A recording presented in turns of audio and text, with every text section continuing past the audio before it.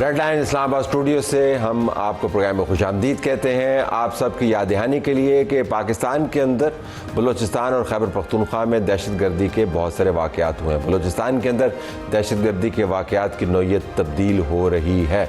अगर आपको याद होगा तो 24 मई 2026 को कोयटा चमन फाटक के ऊपर जब शटल ट्रेन के ऊपर दहशतगर्दों ने हमला किया तो बहुत तबाही हुई और इससे आपको पता चला कि वो किस किस्म की प्लानिंग करते हैं।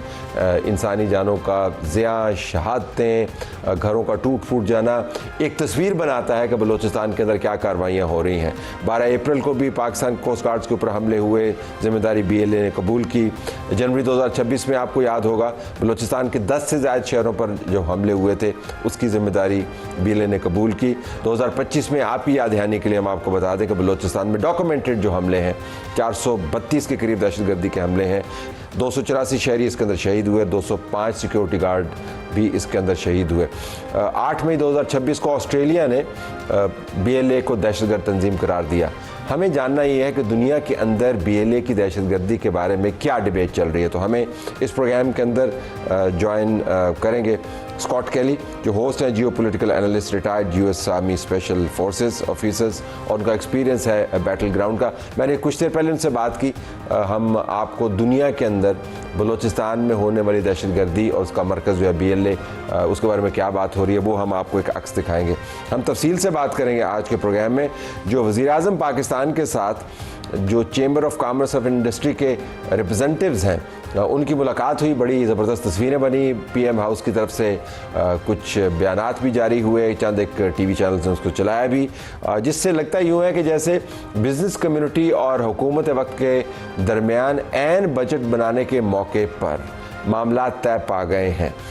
इस बहस को हम आगे लेके चलेंगे। बिज़नेस कम्युनिटी अमूमन हुकूमत से नाराज़ रहती है और आज तो चूँकि हुकूमत की तरफ से दोबारा से 8 बजे दुकानें बंद करने का बाकायदा एक डायरेक्टिव जारी कर दिया गया है, तो जो कारोबारी तबका है इससे भी नाला होगा। लेकिन जो इमेज हुकूमत बता रही है वो ये बता रही है जी कि हमारे मामला ठीक है। तो सरदार ताहिर महमूद साहब, सदर Islamabad chamber of commerce and industry, हमें ज्वाइन कर रहे हैं, और लाहौर से chamber of commerce and industry को रिप्रेजेंट कर रहे हैं फ़हीम रहमान सहगल साहब। कुछ देर में हमें Karachi chamber of commerce and industry के नुमाइंदे रेहान हनीफ साहब भी ज्वाइन करेंगे। दोनों मेहमानों का शुक्रिया। नाज़रीन, बात शुरू करने से पहले हम आपको बता दें कि दूसरी बड़ी स्टोरी हमारी, एक 9 जून को बड़ा एहतजाज है। आज़ाद जम्मू एंड कश्मीर के अंदर जो एहतजाजी कमेटी है उसने डेट दी हुई है। फैसल मुमताज़ राठौर साहब, वज़ीर आज़म आज़ाद कश्मीर, हमें इंटरव्यू में लाइव ज्वाइन करेंगे। वज़ीर आज़म ने एक बाकायदा कमेटी की तैनाती की हुई है, तमाम बड़ी जमातों की नुमाइंदगी उसके अंदर मौजूद है, AJK की मौजूदा हुकूमत के नुमाइंदगान भी उसके अंदर मौजूद हैं। 9 जून की स्ट्राइक को आपने कैसे एवर्ट करना है, वो जो डिमांड्स दे रहे हैं उन डिमांड्स को आपने कैसे टैकल करना है। लास्ट टाइम जब ये एहतजाज हुआ था तो आपको याद होगा कि इसके अंदर खून भी बहा था और हालात ख़राब हो गए थे। ये मामला भी आज हम टेकअप करेंगे, लेकिन शुरू हम कर लेते हैं जो वज़ीर आज़म की मुलाकात हुई chamber of commerce and industry के नुमाइंदगान से। तो सरदार साहब, आप मेरी बात सुन पा रहे हैं इस वक्त? ताहिर साहब जी जी ताहिर साहब, बिल्कुल आपकी आवाज़ आ रही है जी। अच्छा, एक मेरे पास जो हुकूमत वक्त की तरफ से बयान जारी हुआ उसका एक मैं हिस्सा आपको सुना देता हूँ। मुल्क भर की कारोबारी बिरादरी पाकिस्तान की मुआशी तरक्की और रोज़गार में इजाफे के लिए हुकूमत के साथ खड़ी है। वफद के अरकान की गुफ्तगू, जिससे तसव्वुर ये बनता है कि आपके मामलात हुकूमत के साथ तय हैं और कोई बड़ा मसला नहीं है। क्या ये दुरुस्त है इमेज? सबसे पहले thank you very much Tahir साहब, आपने मदऊ किया और बड़ा इम्पोर्टेंट आज हमारी मुलाकात हुई प्राइम मिनिस्टर ऑफ पाकिस्तान से, और जिसमें तमाम आलमोस्ट जो रेलिवेंट वज़रा थे वो सारे लोग भी मौजूद थे। तो हमने जो अपनी रिक्वेस्ट सी, ये एक ऑनगोइंग प्रोसेस था।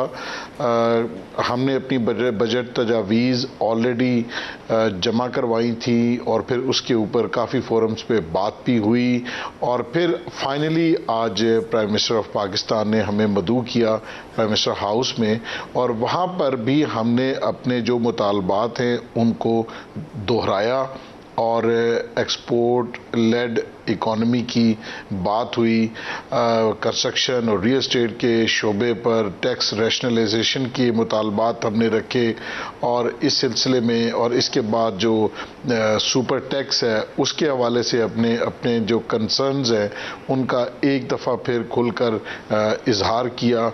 और उसके अलावा देखिए, कोई चीज़ हम हतमी नहीं कह सकते कि क्या चीज़ तय हो गई है, वहाँ तो एक कंसल्टेटिव ये सेशन था, तो हम हर उस इकदाम की जिसकी वजह से हमारी ये जो बिज़नेस कम्युनिटी है जिसने पिछले 2-3 साल में बहुत ज़्यादा सफ़र किया है, एनर्जी की प्राइसेस हों या टैक्सेस हों, वो इस हद तक है, इनकम टैक्स और दीगर टैक्सेस के। लेकिन सरदार साहब कथा कलामी होती है।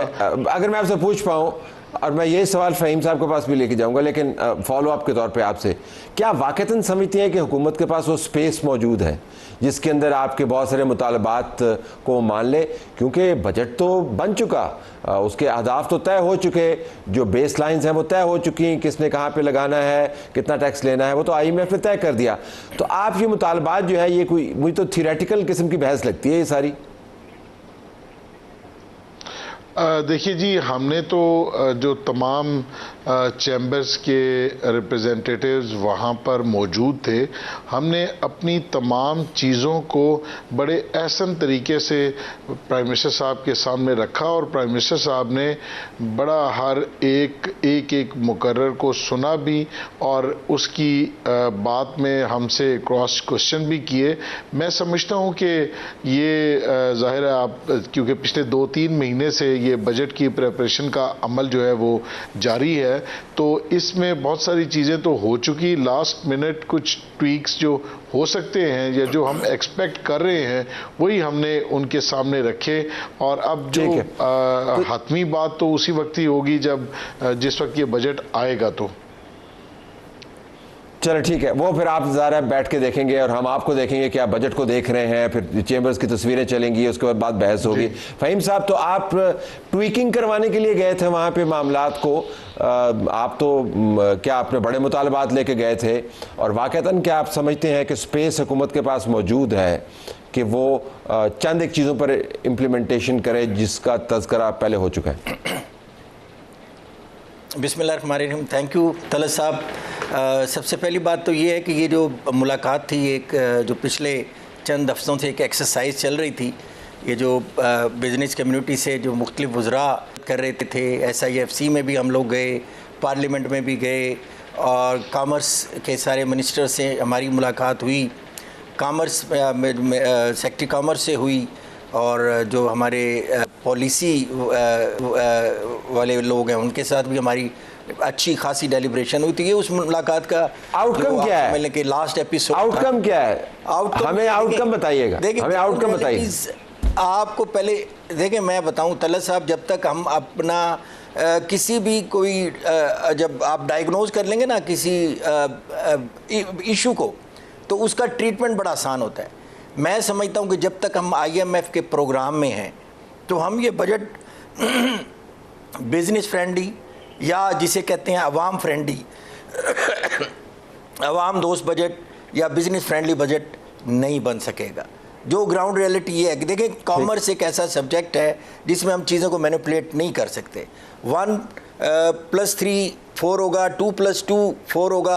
आप किसी तरह के इसको किसी तरीके से इस फिगर को झुटला नहीं सकते। 3+2 4 नहीं हो सकता। तो मैं ये समझता हूँ कि इस वक्त जो सिचुएशन है, जब तक हम IMF की बेसाखियों से आज़ाद नहीं होंगे, जब तक हम अपनी मुल्क की मईशत को, अपने जो हमारे एग्जिस्टिंग रिसोर्सेज हैं पाकिस्तान में, उन को बुनियाद बनाकर अपनी मईशत को नहीं खड़ा करेंगे, हम अपनी मर्ज़ी के बजट नहीं बना सकते। लेकिन समहाउ गवर्नमेंट इसमें, इन्होंने जिस तरह हमने एक पूरी एक्सरसाइज की है, उनकी सीरियसनेस नज़र आई है। प्राइम मिनिस्टर साहब ने भी बड़े अच्छे तरीके से हमें सुना, एक एक बात का जवाब दिया, बहुत सारी चीज़ें हमने रखी हैं। देखें, हमारे मुल्क का इशू क्या है। हमारा मुल्क वो है जो काफ़ी, मैं इशू पे आता हूँ, ज़रा मैं इशू पे आता हूँ, लेकिन आपने जो बात की ना IMF के हवाले से, वो मैं ज़रा रेहान साहब के सामने लेके जाऊँगा। रेहान साहब कराची चैम्बर को रिप्रेजेंट कर रहे हैं, आपको आवाज़ आ रही है मेरी? जी तलत साहब, आ रही है आवाज़। निकल जाए क्या IMF के प्रोग्राम से? नहीं, देखें तलत साहब, IMF के प्रोग्राम से हम नहीं निकल सकते। 2027 में अगले साल ये प्रोग्राम का तो यकीनी तौर पर इस वक्त जो हालात है हुकूमत जो है नए प्रोग्राम में जाएगी, तो IMF के प्रोग्राम से तो नहीं निकल सकते। लेकिन अगर मैं थोड़ा सा आप मुझे अगर मौका दें, मैं आज की मीटिंग के बारे में बताऊँ। देखिए, आज की मीटिंग बड़ी सैर हासिल हुई है। मिनिस्टर साहब ने तमाम गुफ्तगू सुनी है। हुकूमत के पास कोई फिस्कल स्पेस ऐसी है नहीं, ऐसे ख़जाने हैं नहीं कि वो हमें कोई रिलीफ दे सके। तो मैंने उनको वो जगहें बताई हैं जहां अरबों रुपए की लीकेज हो रही है, अरबों रुपए हमारे ज़ाया हो रहे हैं, वो रोक कर उस पैसे से हमें रिलीफ दिया जा सकता है। और दूसरा, जो गुजारिशात 3-4 महीने की थी, उन 2 गुजारिशात पे तो फौरी तौर पर वज़ीर-ए-आज़म साहब ने ऑर्डर इशू कर दिए वहीं बैठे बैठे। तो 2 जो चीज़ें मैंने उनको बताई हैं जहां हुकूमत नुकसान कर रही है, एक फाटा पाटा का कानून जो लाया है, जो रिलीफ दिया गया है, वो फाटा के लिए दिया गया है, लेकिन उसका बड़ा मैसिव मिसयूज़ हो रहा है। माल फाटा के नाम पे आता है, बिकता पूरे पाकिस्तान में है। इससे अरबों रुपए, सैकड़ों अरब रुपए का नुकसान हो रहा है। सिर्फ ऑयल और घी में 130 अरब रुपए सालाना का नुकसान हो रहा है। मैं आपको फिंगर टिप्स पे मेरे पास हिसाब है, मैं दे सकता हूँ। इसी तरह चाय है, इसी तरह आयरन स्टील और बेशुमार चीज़ें हैं।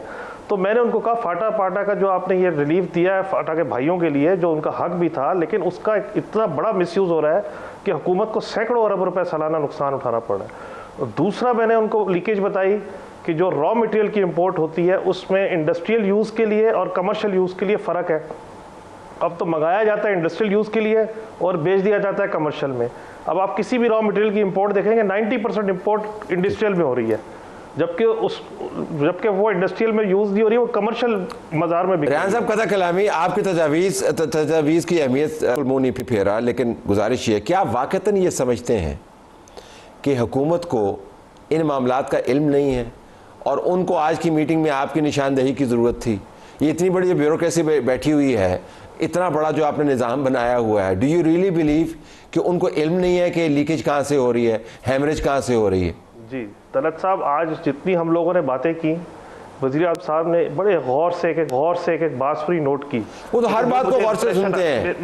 मुझे लेट मी कंप्लीट जी। लेकिन मुझे जो उनकी बॉडी लैंग्वेज से और उनके जवाबात से जो मुझे आइडिया हुआ, इंप्रेशन आया, वो ये हुआ कि प्राइम मिनिस्टर साहब बड़े, उनका होमवर्क ज़बरदस्त था और उनको हर वो चीज़ का पहले से पता था जो हम बता रहे थे। तो वो खुद भी कारोबारी हैं, लाहौर चैम्बर के, तो कर क्यों नहीं रह चुके? अगर उनको पता, कर क्यों नहीं रहे? देखें, बहुत सारी शायद उनके पास मजबूरियां हो जो नहीं कर रहे हैं, और हमने यही बताने की कोशिश की है, 2 चीज़ें जो मैंने आपको बताई हैं यही कर लें तो अच्छे खासे पैसे इनके निकल आएंगे। अच्छा, सरदार साहब को लेके आते थे, IMF से नहीं निकलते पैसे, लेकिन हमने निकालने। सरदार साहब, आप सब लोग खुशकिस्मत हैं, मैं ये कहने दीजिए कि वज़ीर-ए-आज़म साहब आपको बुलवाते हैं और आपकी बात सुनते हैं। इस मुल्क का सबसे बड़ा जो टैक्स पेइंग सेगमेंट है सोसाइटी का, जो सैलरीड क्लास है, उसके किसी नुमाइंदे को इतनी इज्जत नहीं देते, वो बुलाते नहीं है। लेकिन अच्छी बात है आपको बुलाते हैं। आपके ख्याल में ये एक going through the motion exercise होगी अगले साल तक, जब तक IMF के मामला तय नहीं होते, या वाक़तन आपकी इनपुट फाइनेंस मिनिस्ट्री, FBR के ऊपर असरअंदाज होगी? मैं ज़रा एक कैंडिड असेसमेंट सरदार साहब आपकी चाह रहा हूँ। देखिए जी, मैं समझता हूँ कि लास्ट ईयर बजट से में भी हमने प्राइम मिनिस्टर साहब ने हमने उनको तजावीज़ दी थी, तो उसके सिलसिले में फेडरल एक्साइज ड्यूटी PM साहब ने ख़त्म की थी। आपको पता है, जो इमूवेबल प्रॉपर्टी के ऊपर फेडरल एक्साइज ड्यूटी थी 3% तक, वो ख़त्म की थी। फिर स्टैम्प ड्यूटी थी, वो 1% पे इस्लामाबाद में 4% थी, उसको 1% तक लेके आए। फिर CDA ने फीसेस बढ़ा दी थी, उनको कम करके 1% तक लेके आए।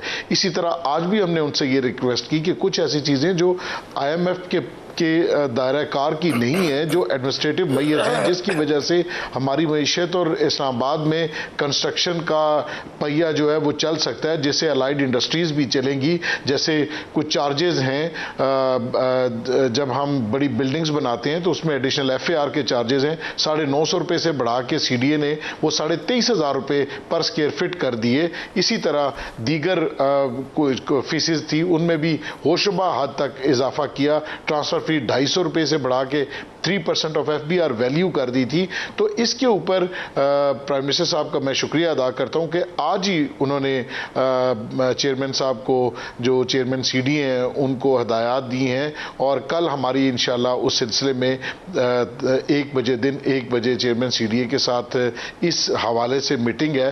पहले तो असर होता है, आप ये हमारे असर होता है, मिनिस्टर साहब ने असर होता है, आप ये फरमा रहे जी बिल्कुल होता है। प्राइम मिनिस्टर साहब ने ऑर्डर जारी किया, आज मीटिंग भी आपने जिक्र किया। बिल्कुल सहगल साहब, if I could ask you this up front, Sehgal साहब if I could ask you up front, ये जो हमारी बिजनेस कम्युनिटी हर वक्त कंसेशंस क्यों मांगती रहती? कंपैरेटिव एनवायरनमेंट है, देखिए आप उसके अंदर कम्पीट करें। देखिए मैं आपको हर हुकूमत से आप कंसेशन ही मांगते रहते हैं। मीटिंग में हमने आज की मीटिंग में जो बात की है वो कंसेशन को ख़त्म करने की बात की है। हमने कहा है जो कंसेशनरी SROs हैं 595 या गालबन एक SRO है उसको भी ख़त्म करें।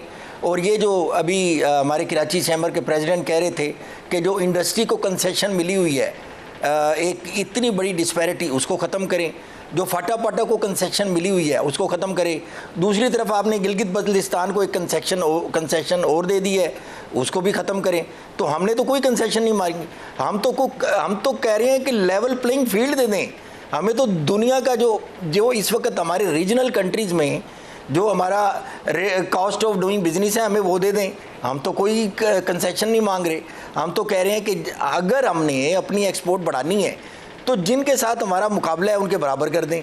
हमारा रेट ऑफ इंटरेस्ट क्या बताएं, ये हम यूरोपियन या अमेरिकन ममालिक से अपना कंपैरिजन नहीं करते। आप बताएं वियतनाम जैसा है, हमारा जो इलेक्ट्रिसिटी का टैरिफ है क्या इंडिया जैसा है, क्या बांग्लादेश जैसा है, क्या हमारा टैरिफ जो है वो सहगल साहब अभी आपने 12 कंसेशंस की डिमांड, सहगल साहब आपने 12 कंसेशन की लिस्ट तो आपने अभी मुझे बता दी है। यही तो कंसेशंस हैं जो आप मांग रहे हैं। ये कंसेशन नहीं है सर, ये हम कहते हैं कि ये हमें ये हमारा कॉस्ट ऑफ डूइंग बिजनेस वो है जो हमें मुकाबला जो साजी है इस वक्त दुनिया में एक्सपोर्ट में हम नहीं कर पा रहे। तो आपने अपनी हमें जिस तरह कहते हैं ना, गवर्नमेंट को पता तो कुछ है लेकिन करना कैसे है, शायद हम बिजनेस कम्युनिटी के लोग हैं उनको बता सकें कि ये चीज़ें मेजर लें। इस वक्त हमारी जो लीकेज है, देखें असल मसला हमारा क्या है, हमारा जो मेन इशू है आप ये जो हमारा लास्ट प्रोग्राम अभी जो चल रहा है ये $7.2 बिलियन का ये प्रोग्राम था जो 37 मंथ में ये कंप्लीट होना है। इसमें $7.2 बिलियन हमें मिल रहे हैं और हम हर साल SOEs में $3.5 बिलियन अपना उनका जो लॉस है वो हमारी कौम भुगत रही है। तो मैंने तो उनको कहा, आज ये भी कहा कि आपको मुबारक हो, आपने PIA बेच दी और अच्छा किया। लोग कहते हैं कि आपने सस्ती बेच दी, मैं कहता हूँ अगर आप ₹1 में भी बेच देते तो ठीक था, क्योंकि हर साल तो 70-80 अरब रुपए इसका नुकसान है। इसी तरह ये स्टील मिल, NHA, ये आपके डिस्कोज और जितने भी आपके ऐसे इदारे हैं जिनका जो हमें हर साल लॉस दे रहे हैं, इसकी लीकेज रोकें। ये एक हम पे बोझ है, इसको खत्म करें। इसके साथ साथ अब बड़ी इंटरेस्टिंग बात मुझे हनीफ साहब के पास जाना अनफेयर होगा अगर मैं उनके पास ना जा सका। 1 मिनट में हनीफ साहब फरमाइएगा, बिजनेस कम्युनिटी अगर अपना काम ठीक करे, अपने मामला ठीक करे, इस मुल्क से आपको पता है कितना पैसा बाहर जाता है, आपको पता है कि रियल इस्टेट बाहर किस किस ने ख़रीदी है, प्रोफाइल्स मौजूद हैं, all this money goes out of Pakistan. और उसमें बिजनेस टाइकून्स भी इन्वॉल्व हैं, उसके अंदर ब्यूरोक्रेट्स भी इन्वॉल्व हैं, उसके अंदर और लोग भी इन्वॉल्व हैं। तो आप वाक़तन समझते हैं कि हुकूमत को आपको मज़ीद ढील देनी चाहिए, लोगों को ख्याल सख्ती करनी चाहिए आप पे? नहीं, देखिए हमने कोई कंसेशन नहीं मांगी। कंसेशन उससे मांगी जाती है भाई जिसके पास कुछ हो देने के लिए। 18वीं तरमीम के बाद सूबों को देने के बाद जुलाई के महीने में बजट जब शुरू होगा नया बजट, तो उसी पहले महीने से ही हुकूमत कंगाल होती है, उसके पास कुछ नहीं होता। तो हम उनसे क्या मांगेंगे? हमने तो उनको रास्ते बताए कि यहाँ आपकी लीकेज हो रही है सैकड़ों अरब रुपए की, ये पकड़ें, ₹1 की हमें कंसेशन नहीं चाहिए। हमने उनको कहा है कि 2200 रुपये आपकी गैस की कॉस्ट है, 2200 रुपये में BTU, आप 4000 रुपये की दे रहे हैं एक्सपोर्ट इंडस्ट्री को, दूसरी जानिब आप क्रॉस सब्सिडी दे रहे हैं, आप वो बंद करें। आप इलेक्ट्रिसिटी की प्राइस और गैस की प्राइस जो कॉस्ट है उस पे दें, गैस पे मत कमाएं, उस इंडस्ट्री को दें। इंडस्ट्री की जो प्रोडक्ट आएगी एक्सपोर्ट होगी उस पर उससे टैक्स मिलेगा, उससे कमाएं, गैस पे मत कमाएं। हमने कोई कंसेशन नहीं मांगी, इनके पास है ही नहीं कुछ देने के लिए, तो हम मांगेंगे क्या? Okay, I have to leave it there. आप तीनों का बहुत शुक्रिया, आपसे दोबारा मुलाकात होगी क्योंकि बजट का सीज़न है, हम बार बार देंगे और आपके जो ख्यालात हैं उनसे मुस्तफ़ीद होंगे। Thank you very much for joining the show.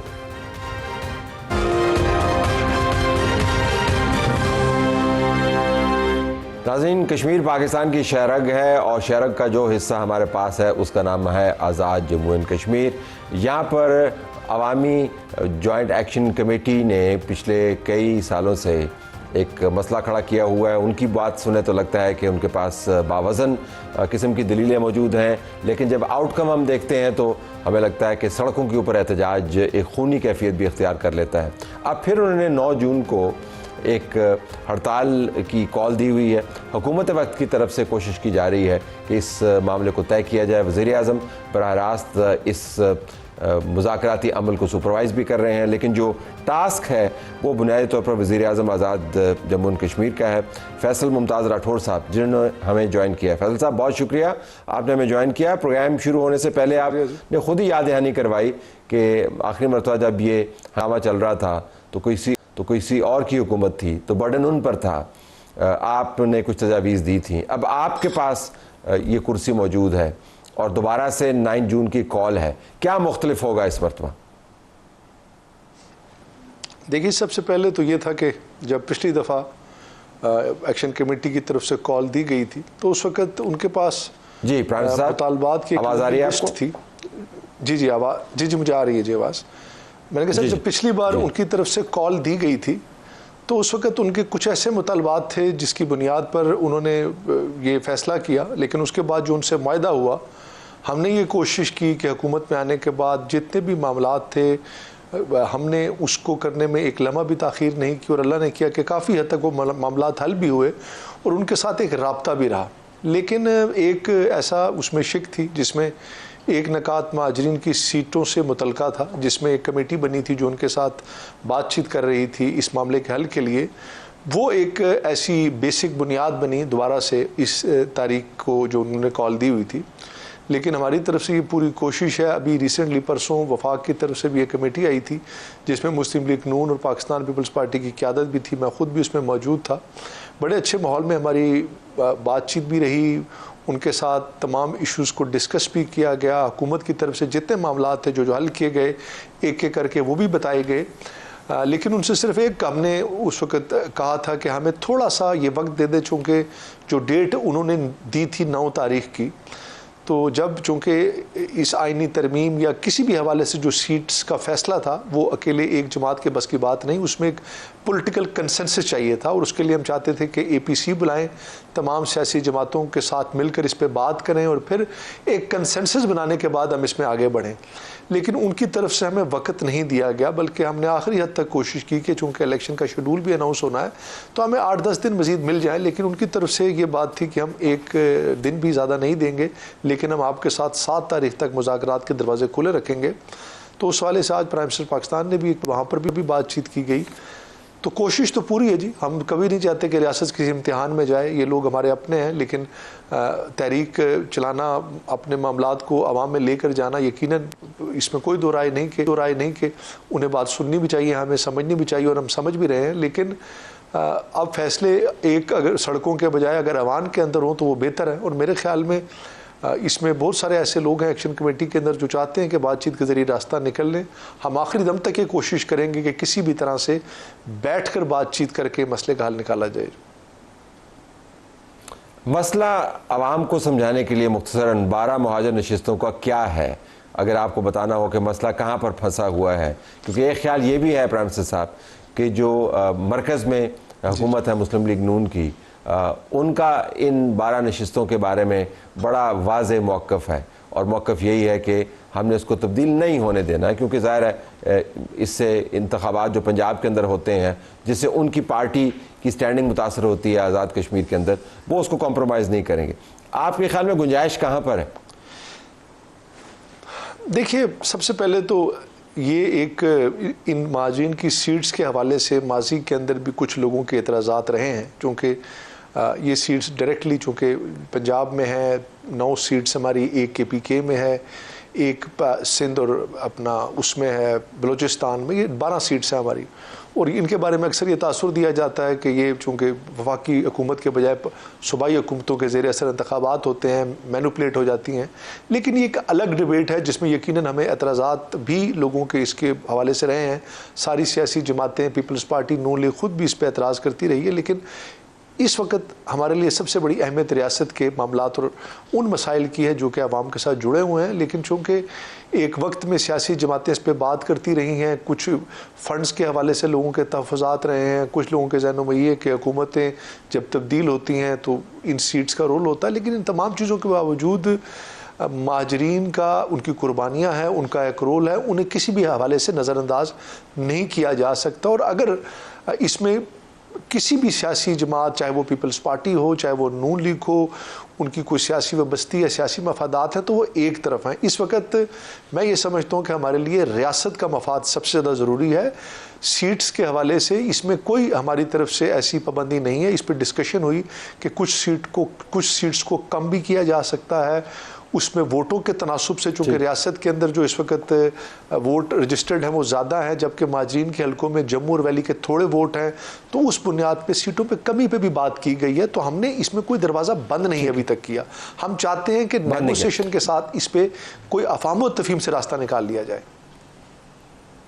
बिल्कुल। आखिर में अगर मैं आपसे पूछ पाऊँ, इम्कानात का खेल है, अगर ये ना हुआ और एहतजाज कौन सा दूर है, और पिछली मरतबा जो एहतजाज हुए उसके अंदर जो मामलात बने उससे आप बखूबी वाकिफ़ हैं, आपकी हुकूमत क्या करेगी उस एहतजाज को अगर ये मुतालबा पूरा नहीं होता and they press ahead with एहतजाज, तो क्या करेंगे आप? हम तो कोशिश सबसे पहले तो आखिरी हद तक ये करेंगे कि वो लोग सड़कों पे ना आए और ऐसा मामला ना बने। मगर अगर खुदा ना खास्ता ऐसा मौका आ गया तो कोशिश करेंगे कि पुरअमन रहें और कम से कम हम ताकत की बुनियाद पे, फोर्स की बुनियाद पे उन्हें रोकने की कोशिश नहीं करेंगे। कोशिश करेंगे उन्हें ठंडा पानी पिलाएं, उनकी जो है उनका हर तरीके से जो उनकी कहते हैं तबई और उस वाले से वहाँ पर उनका ख्याल रखा जाए। कम से कम रियासत के अंदर किसी भी ऐसी सिचुएशन के हम मुतम्मिल नहीं हो सकते कि हम ताकत का इस्तेमाल करके उन्हें रोकें। लेकिन ये चीज़ मैं समझता हूँ रियासत के लिए बेहतर नहीं, चूँकि दूसरी तरफ हिंदुस्तान जो हमारा दुश्मन है वो इस चीज़ से बेपनाह फ़ायदा उठाता है और वो किसी भी अवामी हकूक़ की तहरीक को पाकिस्तान के साथ मुआजना करते हुए उसके साथ उस मामलात को दूसरी तरफ ले जाता है। और मैं नहीं समझता कि इस मौके पे हम इस चीज़ के मुतम्मिल हो सकते हैं।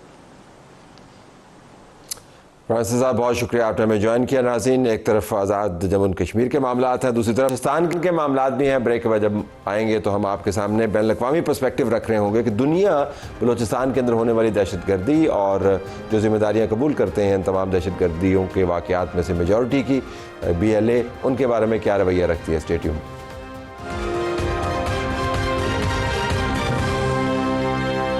नाज़रीन, BLA ने बलूचिस्तान में होने वाले बहुत सारे दहशतगर्दी के वाक़यात की जिम्मेदारी कबूल की। बड़ा सवाल ये है कि BLA को दहशतगर्द तंजीम दुनिया भर में करार क्यों नहीं दिया जाता। इज्तमाही तौर पर ऑस्ट्रेलिया ने किया है, अमेरिका ने किया है। इस सवाल का जवाब और दूसरे सवालों का जवाब मैंने लिए स्कॉट कैली से।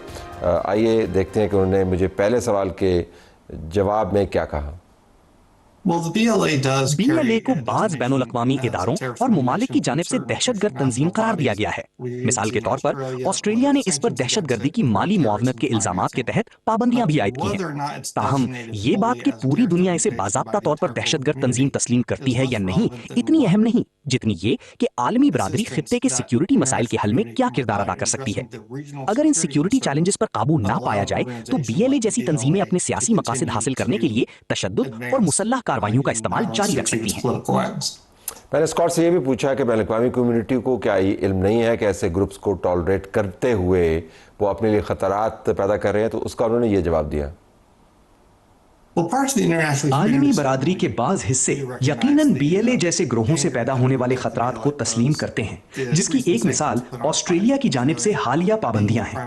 ताहम तवील अरसे तक BLA को एक मकामी मसला समझा जाता रहा है और ये ख्याल किया जाता था कि इससे निपटना पाकिस्तान की जिम्मेदारी है। बैनुल-अक़वामी सतह पर BLA को अब तक दाइश जैसी बड़ी दहशतगर्द तंजीमों के बराबर खतरा नहीं समझा गया, लेकिन हालिया हमलों, खास तौर पर ऐसे इंफ्रास्ट्रक्चर को निशाना बनाने की वजह से जो बैनुल-अक़वामी कंपनियों से वाबस्ता है, इस तंजीम की आलमी सतह पर तवज्जो और अहमियत में इजाफा हो सकता है और इसके बारे में आलमी राय तब्दील हो सकती है। तो पाकिस्तान के पास BLA के हवाले से क्या ऑप्शंस हैं? पाकिस्तान को इस मसले से निपटने के लिए एक जामे और कई सतहों पर मुश्तमिल हिकमत अमली अपनाना होगी। सबसे पहले इन मालियाती नेटवर्क्स के खिलाफ कार्रवाई करना जरूरी है जो BLA को वसाइल और फंडिंग फराहम करते हैं। इसके साथ साथ बलूचिस्तान में हुक्मरानी और अवामी खिदमात को बेहतर बनाना होगा और इंटेलिजेंस मालूमात के तबादले के लिए बैनुल अक़वामी इदारों के साथ ताउन बढ़ाना होगा।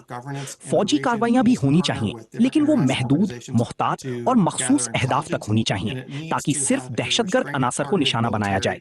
साथ ही मकामी आबादी के हुकूक, इज्जत और खुद मुख्तारी का एहतराम करना जरूरी है, क्योंकि अगर अवाम में नाराजगी बढ़ी तो इससे तंजीम के लिए नए अफराद भर्ती करना आसान हो सकता है। राज़ीन, हमारी तरफ से ये कुछ इजाज़त चाहते हैं। अल्लाह हाफिज़।